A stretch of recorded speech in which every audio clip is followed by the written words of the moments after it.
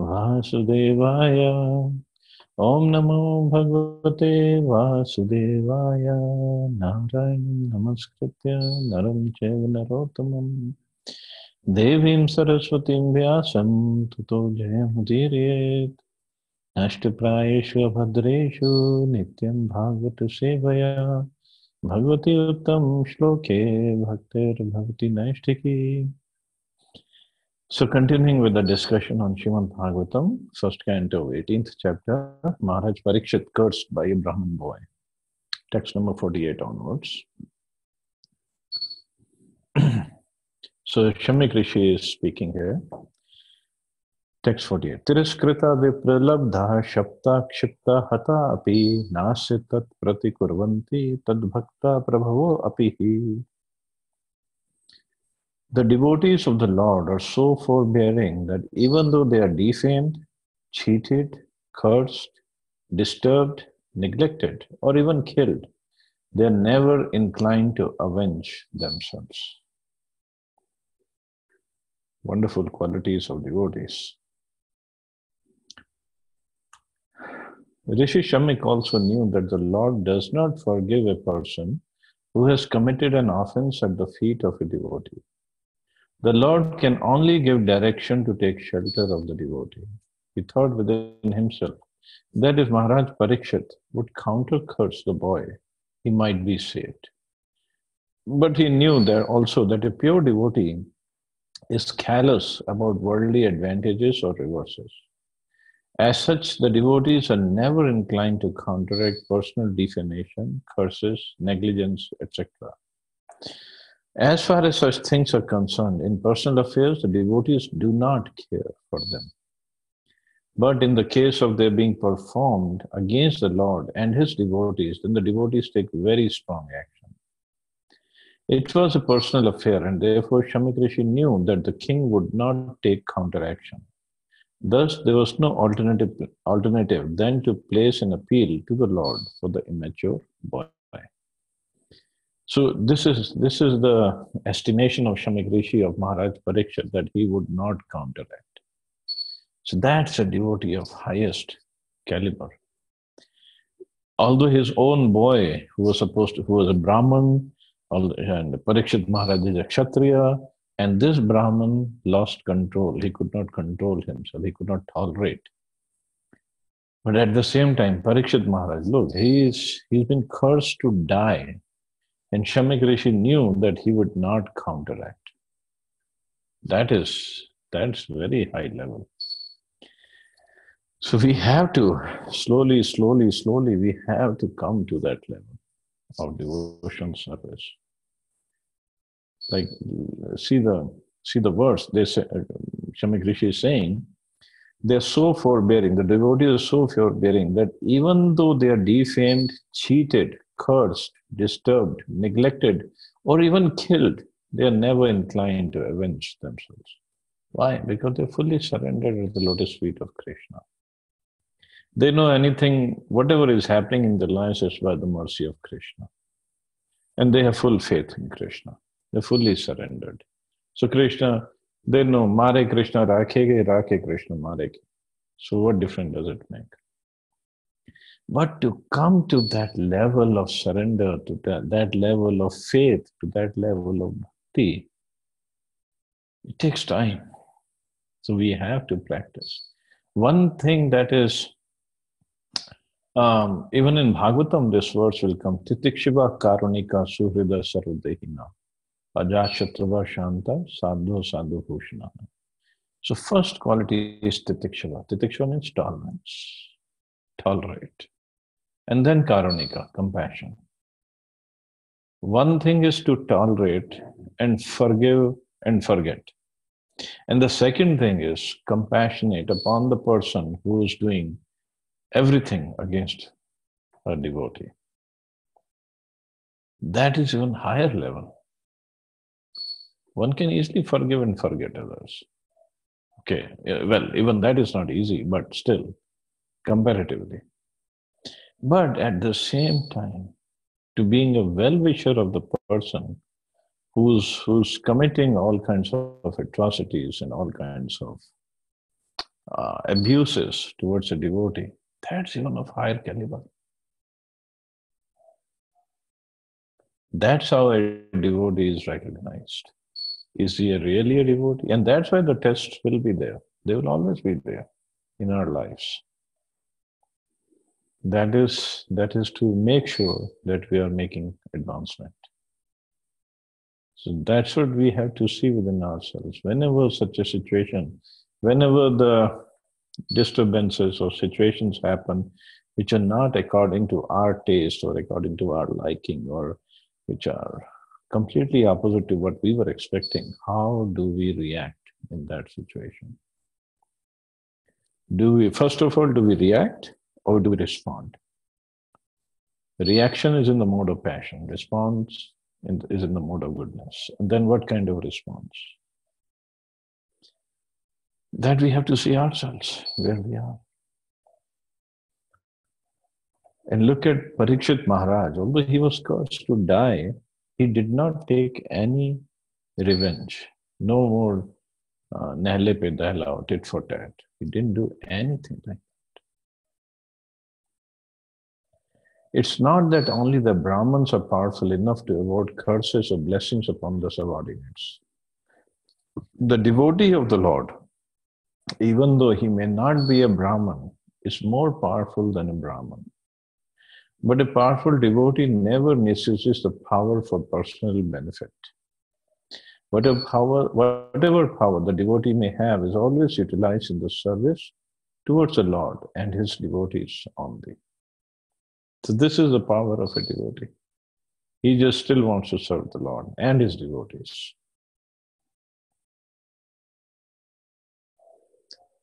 So that is really Satyuga, we can say. Satyuga qualities. Their devotees are never in Kali Yuga.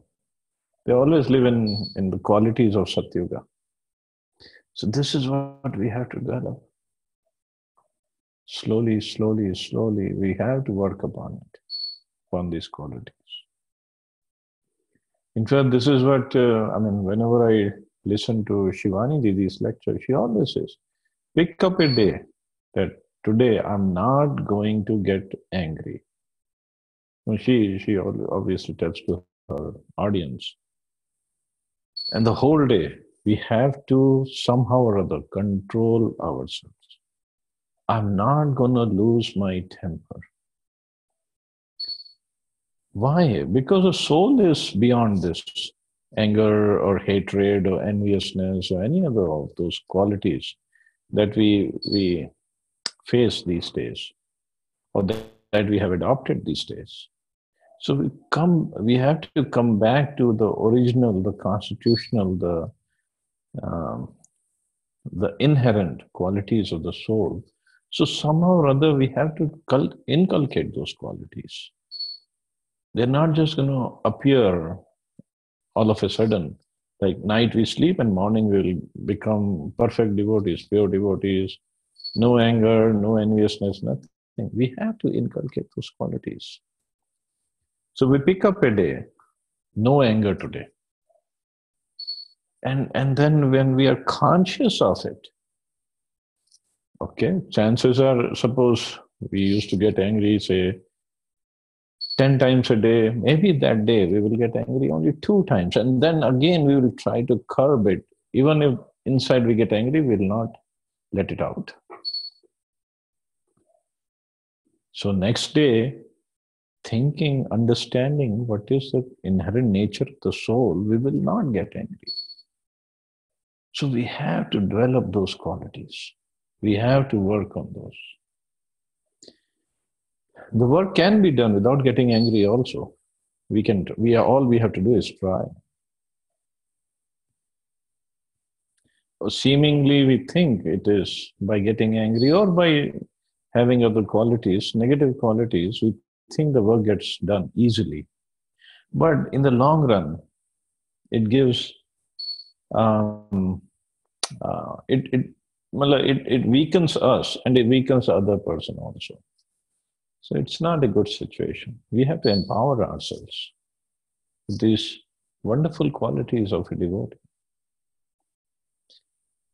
And these qualities we have to develop slowly, slowly, slowly, surely, but we have to develop. And in life or in a day, given day, not everything, in fact, eh, nothing will go according to our plans, actually. Everything will go according to Krishna's plans. Nothing will go according to our plan. That's for sure. So now we have to see how we can get angry at Krishna's plans.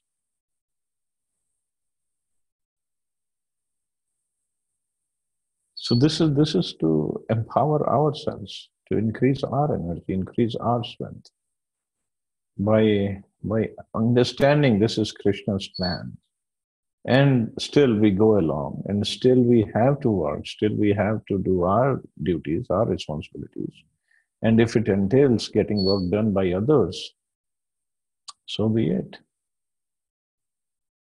So then that will definitely make us more humble, more tolerant, more patient, more compassionate when we try to develop good qualities. And still we have to interact with others. It's not like we leave everything and go and sit in a cave. No, we still have to interact with others. So it's not easy. It's not easy. That's why it's not easy to become a yogi, and of all the yogis, it's not easy to become a devotee. So these qualities have to be developed. Text 49. Iti putra krita ghena swanutaptu mahamuni swayam viprakrito yaragya nevagham tat achintayat. The sage thus regretted the sin committed by his own son. He did not take the insult paid by the king very seriously. This was Shamikrish's nature. He was garlanded by a dead snake. He should have gotten angry. I mean, he had the right to get angry. But he didn't. He said, oh, this is a minor thing. He just took off the snake and threw it aside. The whole incident is now cleared up. Maharaj Parikshit's garlanding the sage with the dead snake was not at all a very serious offense, but Shringi's cursing the king was a serious offense.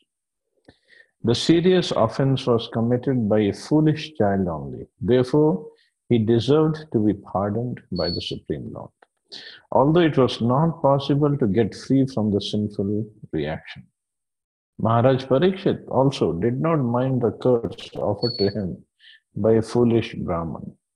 On the contrary, he took full advantage of the awkward situation, and by the great will of the Lord, Maharaj Parikshit achieved the highest perfection of life through the grace of Srila Shukdev Goswami. Actually, it was the desire of the Lord, and Maharaj Parikshit, Rishi Shamek, and his son Shringi were all instrumental in fulfilling the desire of the Lord. So none of them were put into difficulty because everything was done in relation with the Supreme Person. So that was desire of the Lord, but how to understand in our day-to-day life if the things are going according to the will of the Lord, or is it according to my desires?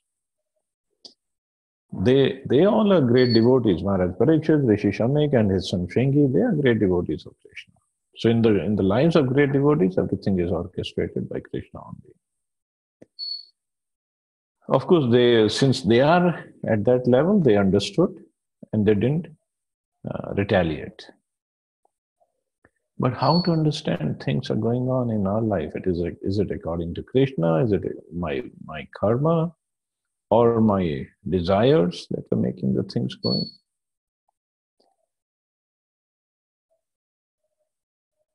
So one thing we have to understand, if actually every incident or everything that is happening in our life is basically to help us on the path of bhakti. For a devotee, it's to help him in the path of bhakti, to make him advance. Everything that happens, if we analyze it with a cool head, Either anything that happens, it's basically to give us a lesson, teach us a lesson. Whether we reacted or whether we responded to that situation, basically it's to teach us a lesson. If we reacted, then we should not have reacted like that. And if we responded, next time I'll respond in a better way. So basically it's to teach us. Whether it is ordained by Krishna, or whether it was my karma, or whether it was my desires, whatever it was. So a devotee looks at it in this way, that it is for my betterment, it is for my advancement, it is for my, ultimately for my benefit. And slowly, obviously when we make more advancement, when we become purer and better devotees, more advanced devotees, then we'll see Krishna's hands everywhere. We will definitely see that. Either while it is happening or after it happened. Just like Steve Jobs said, we can only connect dots looking back. But a devotee, because he is so close to Krishna, so close to Paramatma, Paramatma gives him the vision, right vision, that he can see forward also. He can connect the dots looking forward also, not just looking back. So that, for that we have to wait. Otherwise, we can looking back, we can connect all the dots. Oh, this is what happened. That is why it happened. That's why Krishna did that to me. That's why Krishna provided that for me. Of course, when we are going through the situation, if we are in mode of goodness, at least we will respond, and we will still be composed. We will still be calm. And many times, passion and ignorance takes over. So if we are careful, then we will not let passion or ignorance take over. But even if it happens, it gives us a lesson. So next time we'll try not to react. And next time will be a bigger test, that's for sure.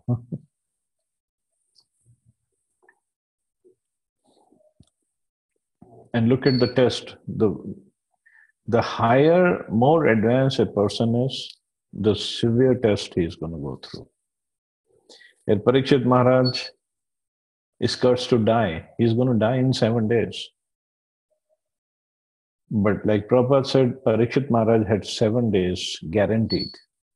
We don't even have 7 hours or 7 minutes guaranteed. At least he was in a better situation. He was guaranteed, okay, after 7 days only he will die, not before that. But we can die any moment.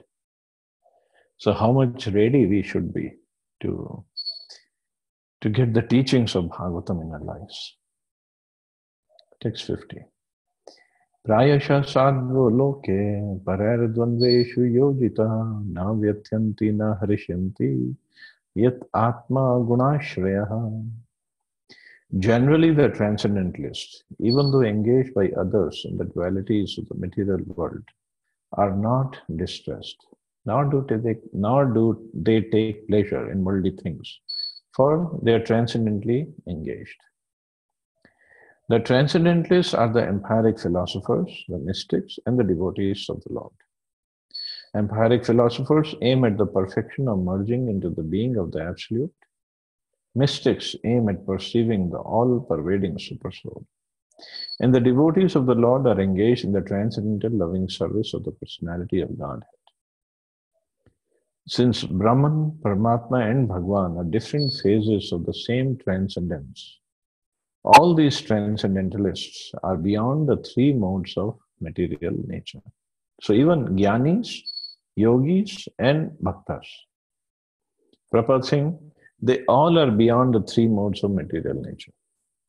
They're all transcendentalists. They're all spiritualists. So material distresses and happinesses material distress and happiness are products of the 3 modes.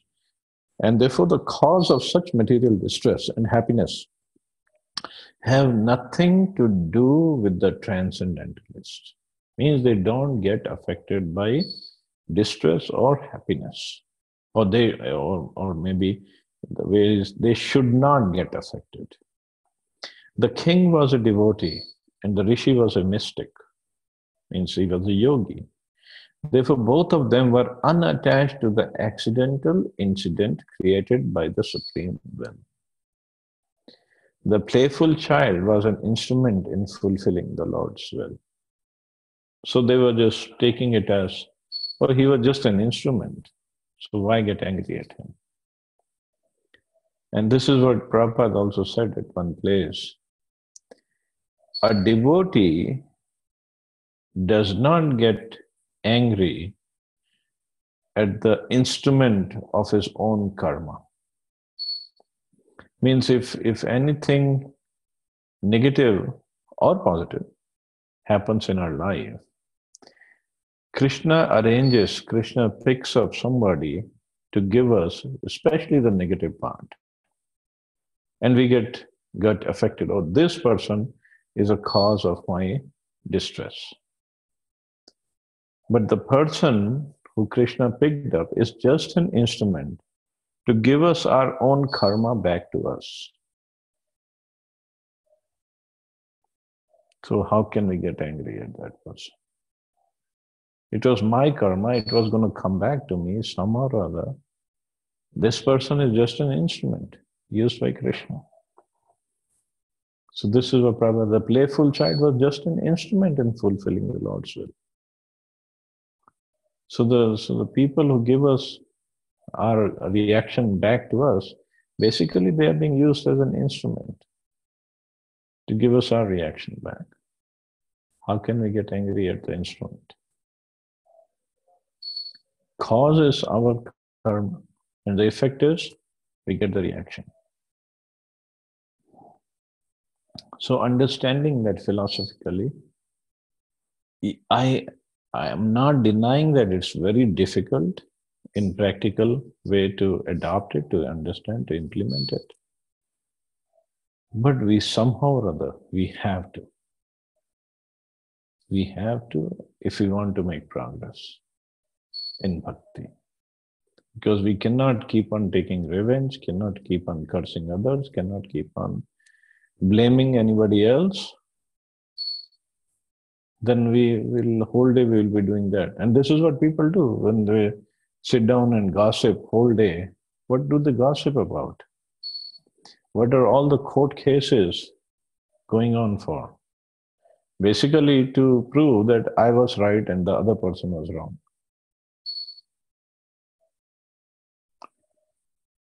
This is what goes on whole day, every day, whole life. People keep on doing that. If you just understand, okay, it was my fault and it's done. It's done right then and there. Finish it off. Let's move on. Because human life is very short and very important at the same time.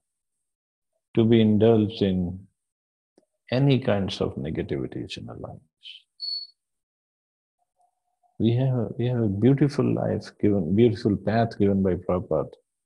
So we can make progress on this path, leaps and bounds, if we just learn how to tolerate. Anyway, so it's time. Let's stop here. Let's see anybody has any questions or comments. And in fact, we just finished the 18th chapter of Bhagavatam also. In fact, the first canto has 19 chapters. So 19 chapter and then we'll be on second canto. Hari Bol. Hari Bol. Hari Bol, Prabhuji. All your mercy, we finished the first canto. We're almost finishing. We're almost there, yeah. So anyway, any question? Yes, Radha Prabhu? I said thank you very much for such a wonderful class. So much insight you gave today. How to control anger. This has been bothering all of us. And we Well, have I wish I could also control myself. not any anger in you anytime. Hare Krishna Prabhuji. Hare Krishna Prabhu. Prabhuji, on the last bit that you said, whereas in fact I also kind of agree that forgiving is the best thing, but let's say in fact every day we read news, and in fact occasionally it comes to light that the sole bread earner of the family has been murdered, or kind of has been some injustice has been done in such situation as well. Whereas I can understand all this logic of karma and all playing, so then I want to understand, in fact, forgiving in this situation. So, is this solely the karma of the past life, or a new karma can be initiated by somebody else? Let's say some the sole breadwinner is going and somebody comes and just accident and then kills that person. So chances are a new karma can also be started. So does that also happens? And in such situation as well, in fact, how difficult or is it possible to So, forgive? so suppose one alternate is it was old karma and it is settled. We don't do anything. As you said, it could be new karma that the person is starting. It could be theoretically, philosophically, it could be. But then, even if it is a new karma, let Krishna take care of it. No? Why we have to bother about it? If it is a new karma, and so for that person to get the reaction, either we act on our own or let Krishna do it.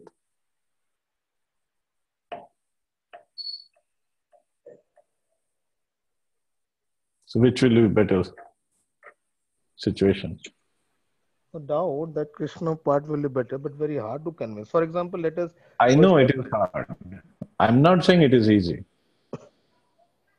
I know it is very hard. in fact But every if we, yeah, every day, if we keep on fighting with so many people, where will be our mental balance to be so that we can do our bhakti properly? Or maybe when we are chanting, then again we are repeating the same situation over and over again in our mind. What happened? But I should have done. It goes on. I'm not saying it doesn't. It just goes away like that, just like in a snap of a finger, it will go away. It doesn't go in. It doesn't go easily, but we have to work on it. so Prabhuji, for example, let's say if something wrong happens to my kid, taking let's say personal example, if something wrong happens to my kid, so whereas I will be inclined to pardon, but looking at my kid, let's say, in fact, I will continue to feel on guilty. Kya yaar? Look, I am kind of, though I'm understanding, but the kid might not understand, or whatever it is. He's in any case insulted or has been tortured or whatever it is. So in such situation, how to deal then? For example, let's take a real example. So on the expressway, a couple of months back, in fact, this family was traveling in a car at night, and then the goons they raped the daughter, and then the father, etc. So the case is going on and on. So in such situation as well, how do they then pardon the culprits? The father may be inclined to pardon, but then looking at his daughter every day, in fact, is that karma? Or I know, in fact, it's also a very helpless situation. But if you can help us, Prabhuji, because these are dualities that happens every day. अपने लिए नहीं तो परिवार वालों के लिए कहीं ना कहीं कुछ एक बार मुंह से निकल जाती है, and then I regret कि यार क्या पाप ले लिया हमने. Other day I was happened to watch the Sadhguru Jaggi's one interview, and the girls, the three girls, because this Me Too movement is going very strong in India these days, and they were asking questions based on that. And Sadhguru said, he said, suppose somebody was uh, abused or sexually assaulted 10 years ago. And now you think of taking revenge. He said, human life is so important, so valuable. Why do you want to live that experience again? It is gone, it is done, it's over. He said, live in the present, don't live in the past, don't live in the future. His way of explanation was that.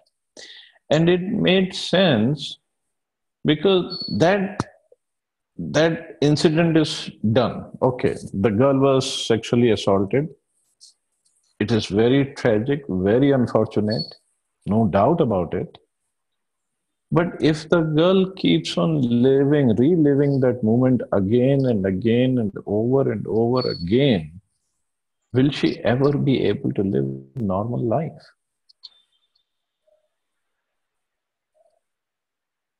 And the rest of the family also. Culprits have to be punished, no doubt. But let the government do it or Krishna take care of it.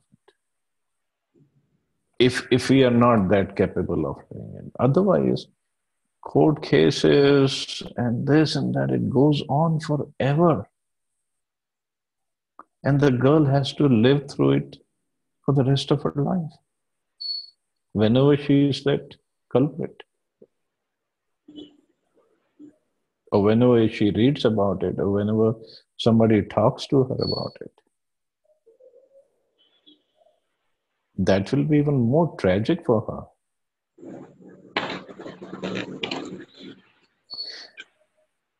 Obviously, I'm not saying that we all are at that level of Maharaj Parikshit. I'm not saying that. But shouldn't we come to that level or even come close to that level? Look at Draupadi Maharani. Her 5 sons were brutally murdered. And Arjun captured that guy, Ashwatthama, brought him. And Krishna is saying, kill him. And he didn't kill him. And Draupadi pardoned him also.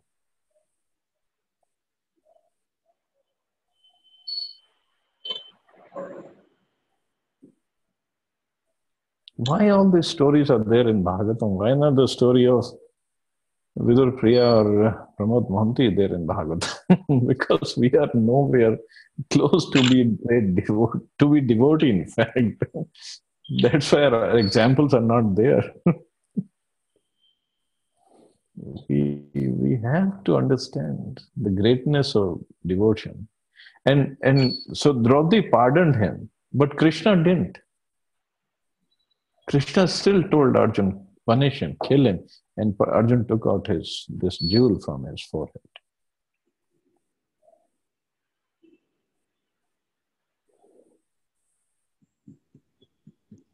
Thank you, Prabhuji. Dandavat pranam to you. Thank you so much. I'm not saying it is easy. Please don't mistake me. I'm not saying. It's not even easy for me to do. But this is what we are trying to understand from scriptures.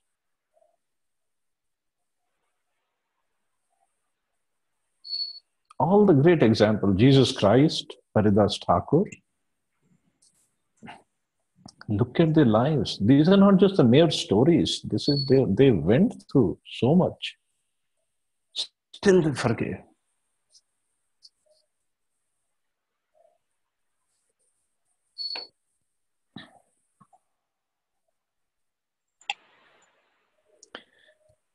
Anyway, there's just food for thought.